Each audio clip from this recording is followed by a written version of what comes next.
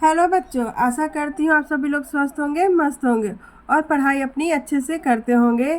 तो बच्चों, आज हम पढ़ाएंगे जीवनी और आत्मकथा विधा। तो बच्चों, आप लोग को पता होना चाहिए कि बहुविकल्पीय प्रश्न में कहाँ कहाँ से प्रश्न उठा कर दे दे, ये हमें पता नहीं होता। उन प्रश्नों का उत्तर देने के लिए हमें बड़ी गहराई से अध्ययन करना होता है। तो सबसे पहले हमें इसे निबंधात्मक रूप या कहानी रूप में पढ़ने से हमें ज़्यादा से ज़्यादा प्रश्नों के उत्तर आ जाते हैं। तो चलिए शुरू करते हैं। पहले जीवनी विधा। इसके पहले वाले वीडियो में हम बहुत सारी विधाओं के बारे में पढ़ा दिए हैं। यदि आप नहीं देखे हैं तो देख लीजिएगा। तो शुरू करें जीवनी विधा के बारे में। सबसे पहले जीवनी विधा क्या होता है, किसे कहते हैं, इसे कैसे लिखा जाता है। तो चलिए शुरू करते हैं। किसी व्यक्ति के संपूर्ण जीवन अर्थात जन्म से मृत्यु तक का चरित्र चित्रण करना, अर्थात किसी विशिष्ट व्यक्ति या व्यक्ति विशेष के संपूर्ण जीवन की कहानी या वृत्तांत को जीवनी कहते हैं। जीवनी में व्यक्ति विशेष के जीवन में घटित घटनाओं का कलात्मक और सौंदर्यता के साथ चित्रण होता है। जीवनी की लेखन शैली वर्णनात्मक होती है। जैसे देखिए, वर्णनात्मक होती है। अब बच्चों, आप लोग सोच रहे होंगे कि वर्णनात्मक शैली क्या होती है। तो आप लोग को इसके पहले वाले विधा यानी निबंध विधा में हम बताए थे। निबंध 5 प्रकार के होते हैं। वर्णनात्मक शैली जिसमें कोई भी बातें उसमें क्रम का ध्यान दिया जाता है, क्रमों का ध्यान दिया जाता है। यदि व्यक्ति विशेष के हम जीवनी लिख रहे हैं तो उसका शुरू से लेके अंत तक के सभी बातों को क्रम से लिखा जाता है। तो इसलिए यहाँ पे जीवनी में किस शैली का प्रयोग किया जाता है? वर्णनात्मक शैली। तो जीवनी की लेखन शैली वर्णनात्मक होती है। जीवनी का उद्देश्य किसी व्यक्ति के जीवन के बारे में सूचित करना है। जीवनी का क्या उद्देश्य है? किसी व्यक्ति के जीवन के बारे में सूचित करना। अब यहाँ पे देखिए,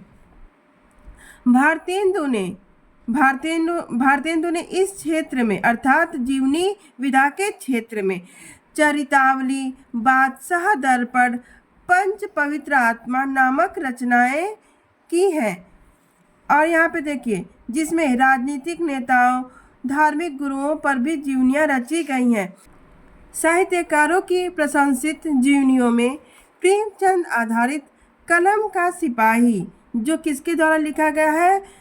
अमृत राय के द्वारा लिखी गई कलम का सिपाही किसकी जीवनी है? यह प्रेमचंद जी की जीवनी है। यहाँ पे देखिए, निराला की जीवन पर लिखी गई जीवनी है निराला की साहित्य साधना। किसके द्वारा लिखा गया है? रामविलास शर्मा जी के द्वारा लिखा गया है। ऐसे ही शांति जोशी कृत पंत की जीवनी, विश्व प्रभाकर द्वारा लिखित शरद चंद्र की जीवनी, आवारा मसीहा। तो आवारा मसीहा किसने लिखा है? विश्व प्रभाकर ने। और आवारा मसीहा किसके जीवन पर लिखा गया है? वह शरद चंद्र की जीवनी पर लिखा गया है। भगवती प्रसाद सिंह द्वारा प्रणीत कविनाथ गोपीराज की जीवनी, मनीषी की लोक यात्रा। तो मनीषी की लोक यात्रा किसके जीवन पर लिखा गया है? कविनाथ गोपीराज की जीवनी है इसमें। किसमें? मनीषी की लोक यात्रा आदि उल्लेखनीय जीवनी है। हिंदी जीवनी लेखन साहित्य को समृद्ध बनाने वालों में गुलाब राय, रामनाथ सुमन, डॉक्टर रामविलास शर्मा, अमृत राय आदि जीवनीकार उल्लेखनीय हैं। अब हम देखेंगे आत्मकथा विधा। आत्मकथा एक संस्मरणात्मक विधा है। संस्मरणात्मक अर्थात यादें, जिसमें लेखक स्वयं अपने जीवन के विषय में निरपेक्ष होकर लिखता है। आत्मकथा को लेखक के जीवन का एक श्रृंखलाबद्ध विवरण कह सकते हैं। अब यहाँ पे देखिए बच्चों, जिसमें वह अपने विशाल जीवन सामग्री की पृष्ठभूमि में से कुछ महत्वपूर्ण बातें अपने पाठकों के समक्ष व्यवस्थित ढंग से रखता है। यहाँ देखिए, 1641 ईस्वी में, कब? 1641 ईस्वी में बनारसी दास जैन द्वारा लिखित पद्यात्मक अर्थात कविता के रूप में लिखी प्रथम आत्मकथा है। आत्मकथा अर्ध कथानक। प्रथम आत्मकथा कौन किसके द्वारा लिखी गई है? बनारसी दास जैन द्वारा लिखित पद्यात्मक जो कविता के रूप में लिखी गई है। अर्ध कथानक को हिंदी की प्रथम आत्मकथा माना जाता है। और देखिए, भारतेंदु ने कुछ आप बीती कुछ जग बीती नामक आत्मकथा लेखन का प्रारंभ किया था, मगर वे पूरी नहीं कर पाए। अंबिका दत्त व्यास की रचना निज वृतांत, स्वामी श्रद्धानंद कृत कल्याण पथ का प्रतीक रचनाएं महत्वपूर्ण है। ये जो आत्मकथा के रूप में लिखी हुई रचनाएं हैं। स्वामी सत्यानंद अग्निहोत्री की मुझमें देव जीवन का विकास, भाई परमानंद जी की आत्मकथा है आप बीती जीवनी काफी प्रशंसित रही है।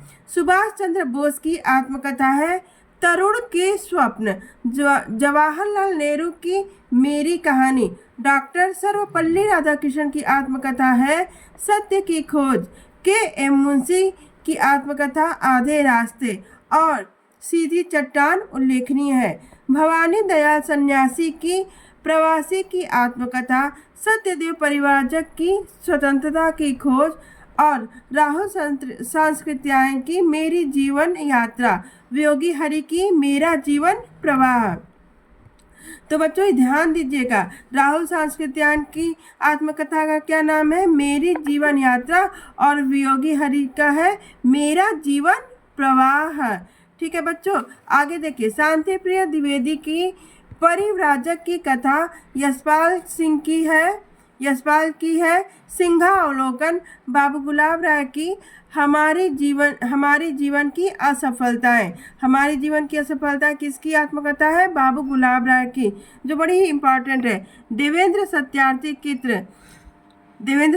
कृत है चांद सूरज के बिरन। उल्लेखनीय कथात्मक रचनाएं हैं। आगे देखिए बच्चों, बहुत बहुत महत्वपूर्ण आत्मकथा है। देखिए, आत्मकथा जगत में अब तक प्रसिद्ध एवं पुरस्कृत आत्मकथाकार है डॉक्टर हरिवंश राय बच्चन। उनकी आत्मकथा के 4 भाग हैं। क्या भूलूं क्या याद करूं, नीड़ का निर्माण, फिर बसेरे से दूर तथा 10 द्वार से सोपान तक। प्रमुख आत्मकथाकार एवं उनकी आत्मकथा है डॉक्टर श्याम सुंदर दास की आत्मकथा है मेरी आत्मकहानी। पांडे बेचन शर्मा जी की आत्मकथा है अपनी खबर। देवराज उपाध्याय जी की है बचपन के 2 दिन। हरिभा उपाध्याय के हैं साधना के पथ पर। सुमित्रानंदन पंत जी की है 60 वर्ष एक रेखांकन।